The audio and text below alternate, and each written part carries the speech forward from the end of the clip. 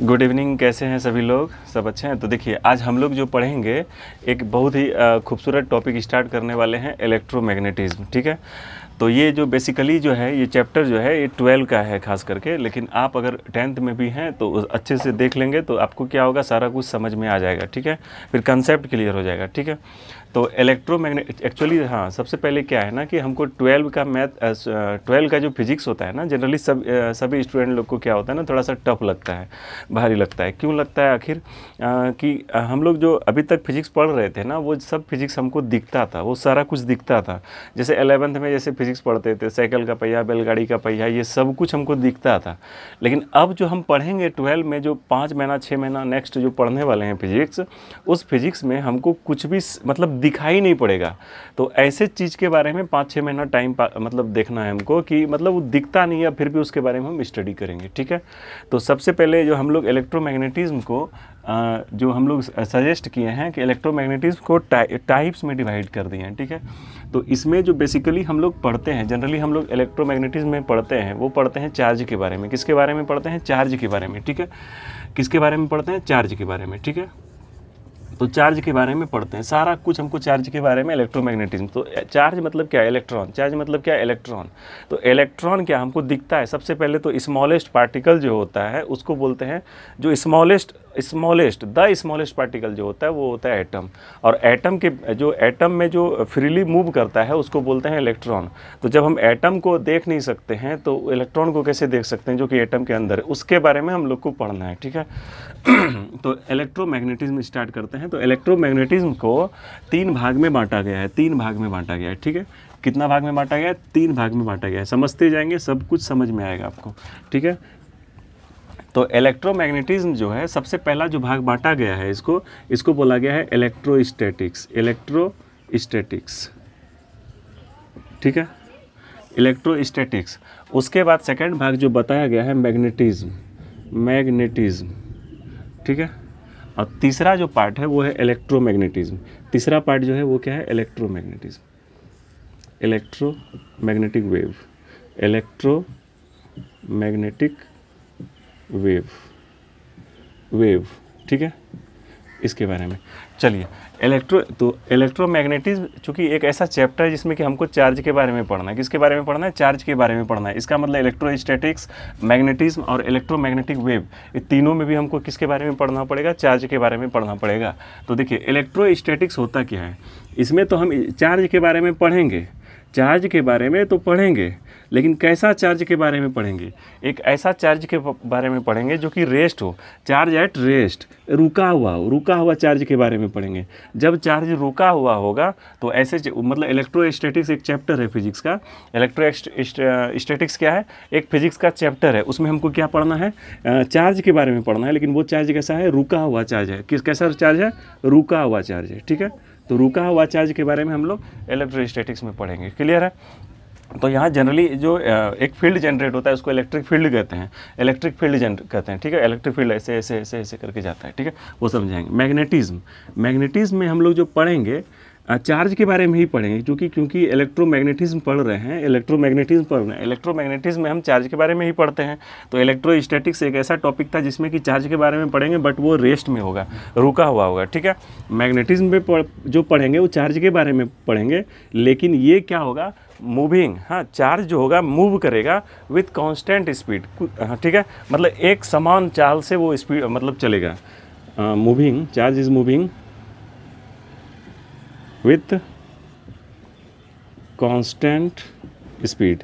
Constant speed मतलब क्या कि अगर 40 के स्पीड में गाड़ी चला रहे हैं ना, तो 40 के स्पीड में ही चल रहा है ना, आगे बढ़ रहा है ना पीछे, स्पीड एकदम कांस्टेंट है ना, एकदम लॉक कर देंगे। ठीक है, तो ऐसे स्पीड को बोलते हैं कांस्टेंट स्पीड। ठीक है, ना बढ़ेगा ना घटेगा। तो जब चार्ज मूव करेगा, चार्ज जब मूव करते रहेगा, चलते रहेगा, लेकिन वो एक कांस्टेंट स्पीड होना चाहिए। कैसा होना चाहिए? Constant speed. तो उसको बोलते हैं मैग्नेटिज्म। यहाँ पे क्या होता है? मैग्नेटिक फील्ड क्रिएट होता है, जनरेट होता है। ठीक है, और इलेक्ट्रोमैग्नेटिक वेव में जो पढ़ेंगे हम लोग, इसमें क्या होता है? देखिए, इलेक्ट्रोस्टैटिक्स में तो चार्ज के बारे में इसमें भी पढ़ेंगे, इसमें भी चार्ज के बारे में ही पढ़ेंगे, लेकिन चार्ज मूविंग करेगा, मतलब चार्ज चलेगा, लेकिन एक्सेलरेट होगा। एक्सेलरेट मतलब क्या होगा, उसका स्पीड बढ़ेगा घटेगा, स्पीड बढ़ेगा घटेगा। तो उस टॉपिक को बोलते हैं मैग्नेटिक वेव। समझ में आई बात।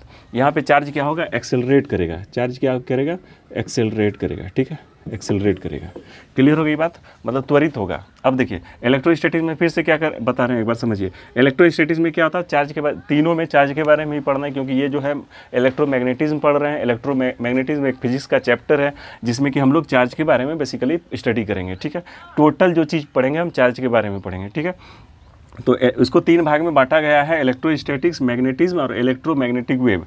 तो इलेक्ट्रोस्टैटिक्स जो था, और देखिए इलेक्ट्रोमैग्नेटिक वेव जो आपका एडवांस में इसका प्रॉपर्टी वगैरह सब पूछा जाता है, AIEEE वगैरह सब में आप जाइएगा तो, ठीक है। तो ये दोनों बहुत ज़्यादा इंपॉर्टेंट है, इसके बारे में समझना है हमको। तो उसका प्रॉपर्टी पूछता है, ठीक है। तो इलेक्ट्रोस्टैटिक्स जो होता है, इलेक्ट्रोस्टैटिक्स में क्या पढ़ते हैं हम, चार्ज के बारे में पढ़ते हैं, तीनों में चार्ज के बारे में पढ़ते हैं। लेकिन यहाँ चार्ज कैसा है, चार्ज मतलब आवेश, चार्ज मतलब आवेश, चार्ज मतलब आवेश, चार्ज रुका हुआ हो, इसके बारे में हम बात करेंगे। चार्ज किसको बोलते हैं, चार्ज जब रुका हुआ होगा। लेकिन चार्ज जब वही क्या होगा, कांस्टेंट स्पीड से चल रहा होगा, कांस्टेंट स्पीड से चल रहा होगा, उसको क्या बोलेंगे, मैग्नेटिज्म। और जब चार्ज एक्सेलरेट होगा, एक्सेलरेट मतलब स्पीड बढ़ेगा घटेगा, तो उसको क्या बोलते हैं, इलेक्ट्रोमैग्नेटिक वेव। देखिए इलेक्ट्रोस्टैटिक्स में क्या होता है कि आपका जो इलेक्ट्रिक फील्ड जनरेट होता है, कैसा फील्ड होता है, इलेक्ट्रिक फील्ड जनरेट होता है, हाँ। और मैग्नेटिज्म में क्या होता है, मैग्नेटिक फील्ड जनरेट होता है, क्या होता है, मैग्नेटिक फील्ड जनरेट होता है। और इलेक्ट्रोमैग्नेटिक वेव में क्या होता है, दोनों ऐसे ऐसे करके जाएंगे, ठीक है। तो उसको बोलते हैं इलेक्ट्रोमैग्नेटिक। वहाँ पे इलेक्ट्रिक फील्ड भी क्रिएट होता है और आपका मैग्नेटिक फील्ड भी क्रिएट होता है। क्लियर है, कोई दिक्कत नहीं। तो देखिए एक्चुअली हमको जो इसमें पढ़ना है, किसके बारे में पढ़ना है, चार्ज के बारे में पढ़ना है। जो अब चार्ज के बारे में पढ़ना है, जिसके बारे में पढ़ना है, कम से कम उसके बारे में तो जान तो लें, जिसके बारे में हमको जानना है, जिसके साथ रहना है, उसके बारे में कम से कम जान तो लें कि आखिर है क्या वो। तो चार्ज का बेसिकली आज हम लोग प्रॉपर्टी डील करेंगे, ठीक है। ठीक है, तो अभी जो हम लोग पढ़ेंगे, क्या पढ़ेंगे, चार्ज। क्या पढ़ेंगे, चार्ज, ठीक है। चार्ज को हिंदी में बोलते हैं आवेश। चार्ज को हिंदी में क्या बोलते हैं, आवेश, ठीक है। हाँ, तो देखिए चार्ज, सबसे पहले चार्ज जो होता है वो क्या होता है, चार्ज का जो यूनिट होता है आपको पहले पता होगा। चार्ज का यूनिट क्या होता है, चार्ज का यूनिट क्या होता है, कूलम। क्या होता है, कूलम, ठीक है। चार्ज का यूनिट क्या होता है, ऐसा यूनिट क्या होता है, कूलम होता है। चार्ज का ऐसा यूनिट क्या होता है, कूलम होता है, ठीक है। अब देखिए चार्ज को कितने भाग में बांटा गया है, चार्ज को कितने भाग में बांटा गया है, 2 भाग में, एक पॉजिटिव और दूसरा नेगेटिव। पॉजिटिव और नेगेटिव। चार्ज को कितने भाग में बांटा गया है, पॉजिटिव भाग में और एक नेगेटिव में। धन आवेश, इसको बोलते हैं ऋण आवेश, धन आवेश, ऋण आवेश, ठीक है। ये पॉजिटिव है, ये नेगेटिव है। अब देखिए यहाँ पे समझते हैं, क्या समझते हैं कि अगर प्लस और प्लस रहेगा, मतलब दोनों पॉजिटिव रहेगा, या दोनों नेगेटिव रहेगा, ठीक है, या फिर एक पॉजिटिव होगा, एक नेगेटिव होगा, एक नेगेटिव और एक पॉजिटिव होगा, ठीक है। तो ये दोनों का अलग केस होता है, ये दोनों का अलग केस होता है। तो देखिए जब सेम चार्ज होगा, दोनों पॉजिटिव है या फिर दोनों नेगेटिव रहेगा, तो वहाँ क्या होगा, दुश्मनी होगा। वहाँ पे क्या होगा, दुश्मनी होगा, दोनों एक दूसरे को फेंकेगा, ठीक है, साथ नहीं रह सकता है जब दोनों में एक जैसा। देखिए आपके तरह इस दुनिया में कोई नहीं, अगर आपके तरह दुनिया में कोई आ गया ना, हम शकल आ गया ना, आपके तरह जस्ट मतलब देखने में, लुक्स वगैरह सब में आपको आ गया, मतलब आपका जो मतलब गुण वगैरह सब में भी आ गया, तो आप उसको 2 सेकंड के लिए भी झेल नहीं सकते हैं, ठीक है, क्योंकि आपको पसंद नहीं है कि आपके तरह कोई हो, ठीक है। तो उसी तरह हम किसी का मतलब, तो यहाँ पॉजिटिव है, ठीक है, दोनों सेम है, तो यहाँ पे क्या होगा, दुश्मनी हो जाएगा, दोनों में क्या होगा, दुश्मनी होगा। लेकिन जब दोनों अलग अलग केस का रहेगा तो वहाँ पे क्या होगा, प्यार हो जाएगा, क्या हो जाएगा, मोहब्बत हो जाएगा। तो दोनों जब सेम चीज़ रहेगा, दोनों सब सेम चीज़ रहेगा, तो वहाँ क्या होगा, दुश्मनी। क्या होगा, दुश्मनी। क्या होगा, दुश्मनी, जिसको हम लोग रिपल्सन बोलते हैं, विकर्षित, प्रतिकर्षित ऐसा बोलते हैं। लेकिन जब दोनों अलग अलग होगा, पॉजिटिव होगा, एक नेगेटिव होगा, एक नेगेटिव और पॉजिटिव होगा, तो यहाँ पे हमेशा क्या होगा, प्यार होगा। यहाँ पे क्या होगा, प्यार होगा, लव होगा, क्या होगा, प्यार होगा, ठीक है। दोनों अलग अलग, यहाँ पे कोई एक्सेप्शन नहीं है इंसानों की तरह, ठीक है। एक्सेप्शन मतलब होता है अपवाद, मतलब सेम चार्ज रहेगा तो क्या होगा, दुश्मनी रहेगा, और अलग अलग चार्ज रहेगा तो क्या होगा, प्यार होगा, ठीक है। प्यार मतलब अट्रैक्शन होगा, क्या होगा, क्या अलग अट्रैक्शन होगा। एक पॉजिटिव एक नेगेटिव रहेगा तो क्या होगा, अट्रैक्शन होगा। एक नेगेटिव एक पॉजिटिव रहेगा तो क्या होगा, अट्रैक्शन होगा, ठीक है। दोनों अलग अलग, दोनों सेम रहेगा तो क्या होगा, दुश्मनी रहेगा, ठीक है। कहीं कोई दिक्कत नहीं। तो ये था आपका, ये था। अब देखिए चार्ज के बारे में चार्ज के बारे में क्या था कि जो चार्ज जो सबसे छोटा यूनिट होता है, स्मॉलेस्ट यूनिट, जो स्मॉलेस्ट यूनिट होगा चार्ज का, स्मॉलेस्ट यूनिट होगा चार्ज का स्मॉलेस्ट यूनिट मतलब चार्ज का सबसे छोटा चीज़ क्या होता है, मतलब उससे छोटा कुछ भी नहीं हो सकता है, तो उसको बोलते हैं, क्या बोलते हैं पता है आपको? इलेक्ट्रॉन। क्या होता है? इलेक्ट्रॉन। क्या होता है? इलेक्ट्रॉन। ठीक है, चार्ज का क्या होता है? इलेक्ट्रॉन होता है। अगर आपको इलेक्ट्रॉन पे कितना चार्ज होता है, इलेक्ट्रॉन पे कितना चार्ज होता है, इलेक्ट्रॉन पे कितना चार्ज होता है अगर किया जाए तो प्लस माइनस कितना हो जाता है आपका?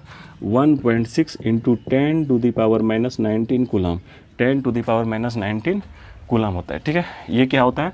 किसी इलेक्ट्रॉन पे चार्ज होता है। इससे छोटा कुछ भी नहीं हो सकता, इससे छोटा नहीं हो सकता, इससे छोटा कोई चार्ज नहीं हो सकता, इससे छोटा कोई चार्ज नहीं हो सकता, स्मॉलेस्ट यूनिट। लेकिन देखिए आपको यही याद रखना है, लेकिन आप कभी एग्जाम वगैरह दूसरा बुक वगैरह सब में आप देखेंगे कि तो स्मॉलेस्ट यूनिट मतलब इलेक्ट्रॉन से भी छोटा कर दिया है। किसको कर दिया है? उसको बोलते हैं क्वार्क्स। ठीक है, उसको बोला गया है +-e/3 +-2e/3 इसी तरह सो ऑन। ठीक है लेकिन ये कंसीडर नहीं है, ये कंसीडर नहीं है, इसको आपको याद नहीं करना, बस आपको हम बता दिए। अगर स्मॉलेस्ट यूनिट पूछा जाएगा एग्जाम में आपको तो वो इलेक्ट्रॉन है। इलेक्ट्रॉन से छोटा कोई भी चार्ज नहीं हो सकता है, इलेक्ट्रॉन से कोई भी छोटा चार्ज नहीं हो सकता है। ठीक है, इलेक्ट्रॉन से छोटा कोई भी चार्ज नहीं हो सकता, ये स्मॉलेस्ट यूनिट है। अब इलेक्ट्रॉन, तो इसका मतलब अगर चार्ज के बारे में हमको पढ़ना है तो इसका मतलब हमको इलेक्ट्रॉन के बारे में पढ़ना होगा, है ना, क्योंकि स्मॉलेस्ट यूनिट मतलब जैसे देखिए जैसे आम होता है ना, आम होता है तो आम का अगर छोटा रूप अगर देखा जाए, आम का अगर छोटा रूप देखा जाए तो क्या होता है? टिकोला, टिकोला होता है ना, और टिकोला का से भी छोटा जो रूप होता है उसको मंजर बोलते हैं। जिस तरह आम का स्मॉलेस्ट यूनिट क्या होता है? मंजर होता है, उसी तरह चार्ज का स्मॉलेस्ट यूनिट जो होता है वो क्या होता है? इलेक्ट्रॉन होता है। समझ में आई बात? इलेक्ट्रॉन से छोटा कुछ नहीं, मंजर से छोटा क्या होगा? कुछ भी नहीं होगा। ठीक है, मंजर से छोटा कुछ भी नहीं होता है। उसी तरह चार्ज का एसआई यूनिट क्या होगा? मतलब एसआई यूनिट कह रहे हैं, स्मॉलेस्ट यूनिट क्या होता है? इलेक्ट्रॉन होता है। ठीक है, इलेक्ट्रॉन से छोटा कुछ भी नहीं होता है, इलेक्ट्रॉन से छोटा कुछ भी नहीं होता है। लेकिन अभी बहुत साइंटिस्ट लोग जो था फिजिशियन लोग, तो वो कह रहा है कि प्लस क्वार्क्स होता है, उसका जो होता है +-e/3 मतलब इलेक्ट्रॉन को 3 भाग में बांट दिया है, इलेक्ट्रॉन को 3 भाग से मतलब ट्वाइस कर दिया है। ठीक है, तो ये सब बात है क्वार्क्स है। ठीक है, इसको कंसीडर नहीं है, कंसीडर नहीं है। ठीक है, तो आपको स्मॉलेस्ट यूनिट अगर पूछा जाए तो क्या बोलेंगे हम? इलेक्ट्रॉन बोलेंगे, कहीं कोई दिक्कत नहीं है। ठीक है, अब एक्चुअली हमको चार्ज पढ़ना है और स्मॉलेस्ट यूनिट क्या है। जिस तरह आम का स्मॉलेस्ट यूनिट क्या होता है? मंजर होता है, तो मंजर के बारे में हमको जानना पड़ेगा ना कि मंजर क्या होता है, नहीं होता है। तो उसी तरह इलेक्ट्रॉन के बारे में, तो इलेक्ट्रॉन पे चार्ज ये होता है, इलेक्ट्रॉन का मास जो होता है, mass of electron, mass of electron, mass of electron कितना होता है? 9.1 इंटू 10⁻⁻31 kg। ठीक है, मास ऑफ प्रोटॉन क्या होता है? आपका हो जाता है 1.67 समथिंग कुछ होता है, 10⁻⁻27 kg। ठीक है, और यही इक्विवेलेंट होता है आपका mass of neutron, mass of neutron होता है। ठीक है, अगर कंपेयर किया जाए तो न्यूट्रॉन थोड़ा सा ज़्यादा हो जाता है। ठीक है, कहीं कोई दिक्कत नहीं है। अब देखिए, तो स्मॉलेस्ट यूनिट बेसिकली हमको ये समझना है, स्मॉलेस्ट यूनिट क्या होता है? इलेक्ट्रॉन होता है चार्ज का। ठीक है, एसआई यूनिट कूलम होता है। सेम रहेगा तो क्या होगा? दुश्मनी होगा, और अलग अलग चार्ज रहेगा तो क्या होगा? प्यार हो जाएगा। ठीक है, अट्रैक्शन हो जाएगा। अब देखते हैं, देखिए एक होता है हाँ क्वांटाइजेशन, एक टर्म आता है quantization of charge, quantization of charge मतलब चार्ज का क्या करना है? क्वांटाइजेशन करना है। क्वांटाइजेशन मतलब होता है पैकेज। क्वांटा एक शब्द है जिसका होता है पैकेज होता है, वो समझाएंगे आपको क्वांटा क्या होता है। चलिए समझते हैं। देखिए हम क्या बताएं कि स्मॉलेस्ट यूनिट जो होता है चार्ज का क्या होता है? इलेक्ट्रॉन होता है। स्मॉलेस्ट यूनिट क्या होता है? इलेक्ट्रॉन होता है। इलेक्ट्रॉन अगर स्मॉलेस्ट यूनिट है, इलेक्ट्रॉन क्या है? Smallest unit. इलेक्ट्रॉन क्या है आपका? Smallest unit. तो देखिए अगर पहले यहाँ समझते हैं कि कोई एक ये है, इस तरह करके कोई है, ठीक है, तो कोई एक वो है, क्या बोलते हैं, कोई एक आपका कोई एलिमेंट है, कोई क्या है? एलिमेंट है, जिस एलिमेंट में यहाँ से एक न्यूट्रल है। न्यूट्रल समझते हैं आप पहले? न्यूट्रल, न्यूट्रल, न्यूट्रल, ठीक है, न्यूट्रल है। तो न्यूट्रल मतलब क्या होता है? न्यूट्रल मतलब क्या होता है? न्यूट्रल मतलब क्या होता है कि उसमें इलेक्ट्रॉन नहीं है। बताइए, न्यूट्रल मतलब होता क्या है कि उसमें इलेक्ट्रॉन नहीं है। इलेक्ट्रॉन तो है। न्यूट्रल मतलब समझाते हैं। देखिए, न्यूट्रल मतलब कभी ये मत समझिएगा कि उसमें आपका इलेक्ट्रॉन नहीं है। न्यूट्रल मतलब आप ये मत समझिएगा कि उसमें इलेक्ट्रॉन नहीं है। इलेक्ट्रॉन है, लेकिन जितना इलेक्ट्रॉन है ना उतना ही प्रोटॉन है, इसलिए वो क्या हो जाता है? न्यूट्रल हो जाता है। न्यूट्रल मतलब ये नहीं होता है कि उसमें इलेक्ट्रॉन नहीं है, प्रोटॉन नहीं है, न्यूट्रॉन नहीं है, ऐसा नहीं है। न्यूट्रल मतलब होता है कि उसमें क्या है? इलेक्ट्रॉन तो है, लेकिन जितना इलेक्ट्रॉन है ना उतना ही प्रोटॉन है, इसलिए वो क्या है? न्यूट्रल है। उतना क्या है? उतना, इसलिए वो न्यूट्रल है। अब देखिए, यहाँ से ये एक न्यूट्रल है, ठीक है, कोई पार्टिकल है। यहाँ से क्या होता है कि आपका इसमें 100 इलेक्ट्रॉन जो होता है, 100 कूलम, 100 इलेक्ट्रॉन जो होता है, क्या होता है? यहाँ से यहाँ आ जाता है, ठीक है। यहाँ से क्या हो गया? यहाँ आ गया। तो अब बताइए कि यहाँ पे जो चार्ज होगा, यहाँ पे जो चार्ज होगा क्या होगा? यहाँ पे माइनस होगा या प्लस होगा? कहाँ पे माइनस होगा, कहाँ पे प्लस होगा? तो जहाँ से निकला ना, जहाँ से निकला तो वहाँ पे क्या हो गया? +100 इलेक्ट्रॉन, ठीक है। वहाँ पे क्या हो गया? +100 इलेक्ट्रॉन, ठीक है। और जहाँ पे गया वहाँ पे क्या हो गया? -100 इलेक्ट्रॉन। ये कभी मत समझिएगा कि जिसमें गया तो वहाँ जमा हो गया। देखिए, +100 इलेक्ट्रॉन का मतलब क्या हो गया कि यहाँ पे 100 प्रोटॉन एक्टिव हो गया, क्योंकि यहाँ पे क्या था? जितना भी अगर देखिए कहीं भी अगर आपका +100 ई रहेगा, ठीक है, मतलब इलेक्ट्रॉन रहेगा, तो +100 इलेक्ट्रॉन मतलब ये कभी नहीं होता है कि इसमें 100 इलेक्ट्रॉन है, 100 इलेक्ट्रॉन है। इसका मतलब ये होता है कि यहाँ से 100 इलेक्ट्रॉन निकल चुका है, ठीक है। और कहीं भी अगर आपका -100 इलेक्ट्रॉन रहे तो इसका मतलब ये भी नहीं होता है कि इसमें 100 इलेक्ट्रॉन है। इसका मतलब ये क्या हो गया? इसका मतलब क्या हो गया कि इसमें क्या है? मतलब 100 इलेक्ट्रॉन यहाँ पे गया है, 100 इलेक्ट्रॉन गया है। क्लियर है? कोई दिक्कत नहीं है, ठीक है। तो चलिए, तो इसका अब देखिए, यहाँ पे एक टर्म तो समझ में आ गया आपको कि अगर कोई कहीं से इलेक्ट्रॉन अगर जाता है तो यहाँ पॉजिटिव होता है, जहाँ पे जाता है वहाँ पे नेगेटिव चार्ज होता है। जहाँ पे इलेक्ट्रॉन जाएगा वहाँ पे नेगेटिव चार्ज हो जाएगा, जहाँ पे इलेक्ट्रॉन जाएगा वहाँ पे नेगेटिव चार्ज हो जाएगा। कहीं कोई दिक्कत नहीं है, ठीक है। अब देखिए, इलेक्ट्रॉन जब जाएगा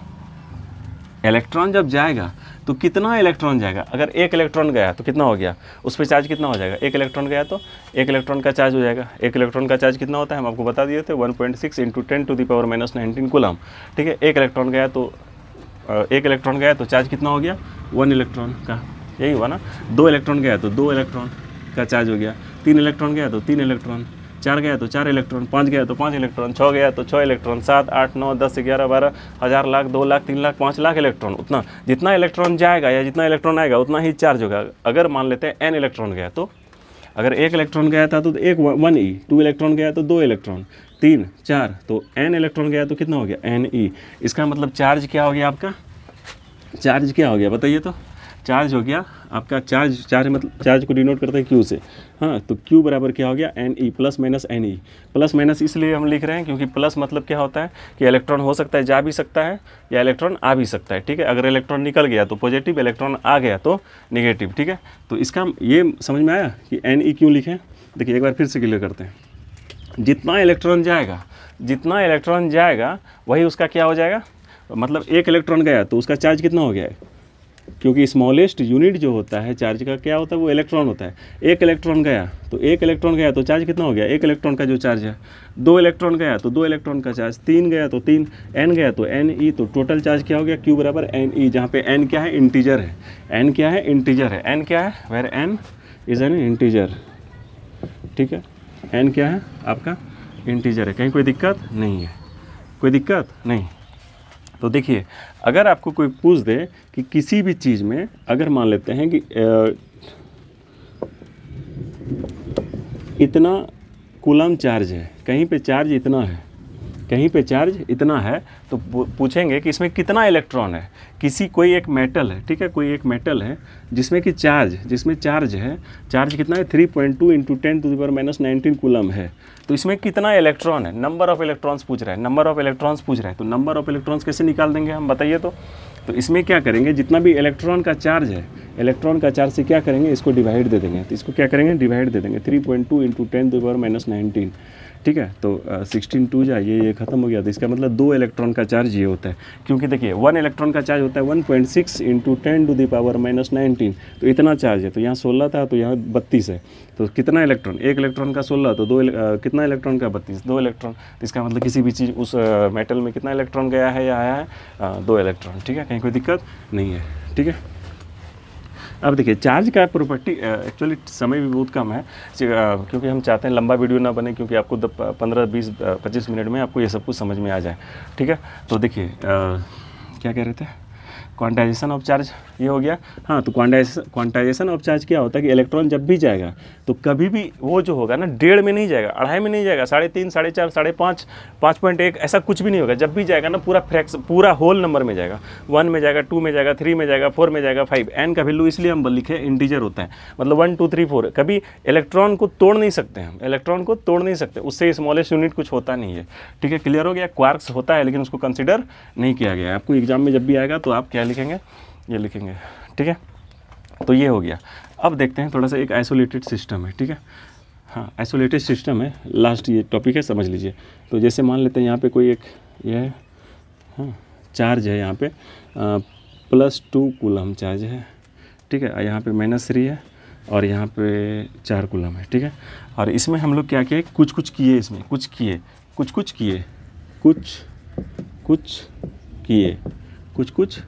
इसमें समथिंग, हाँ, कुछ किए इसमें। तो कुछ जैसे किए तो इसका जो चार्ज हो गया 1 कूलम हो गया प्लस में, ठीक है। इसका हो गया -3 कूलम, -3 नहीं -2 हो गया, ठीक है। कितना हो गया, -2 हो गया, ठीक है। और इसका जो हो गया आपका, इसका कितना हो गया, कुछ भी दे सकते हैं, मान लेते हैं वहाँ पे +1 था, यहाँ पे -1 कर देते हैं, -1 कूलम, ठीक है। सॉरी, इसको आप यहाँ पे कितना चार्ज होगा ये पूछ रहे हैं हम, यहाँ पे कितना चार्ज होगा, यहाँ पे चार्ज कितना होगा। तो देखिए पहले चार्ज था +2 कूलम, यहाँ भी +4 कूलम और -3 कूलम, ठीक है। अब यहाँ पे कुछ किए हम, कुछ किए तो यहाँ पे चार्ज हो गया +1 कूलम और -2 कूलम। तो यहाँ पे पूछ रहा है कितना चार्ज होगा। तो देखिए तो यहाँ पे चार्ज कितना हुआ, कैसे, तो पहले जितना चार्ज था एक आइसोलेटेड सिस्टम में, पहले जितना चार्ज था अभी भी उतना ही चार्ज होगा टोटल। तो देखिए पहले 2 कूलम था, +2 था, उसके बाद फिर क्या था, +4 था और -3, मतलब पहले का चार्ज और अभी का चार्ज दोनों इक्वल होना चाहिए, ठीक है।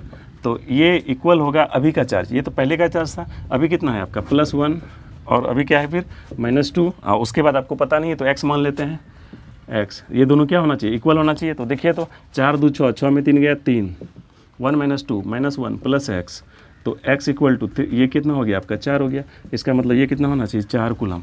इसका मतलब समझे आप क्या, कि चार्ज का एक प्रॉपर्टी हुआ कि जो चार्ज होता है ना वो कंजर्व्ड रहता है, मतलब न ही उसको निर्माण कर सकते हैं, न ही उसको बर्बाद कर सकते हैं।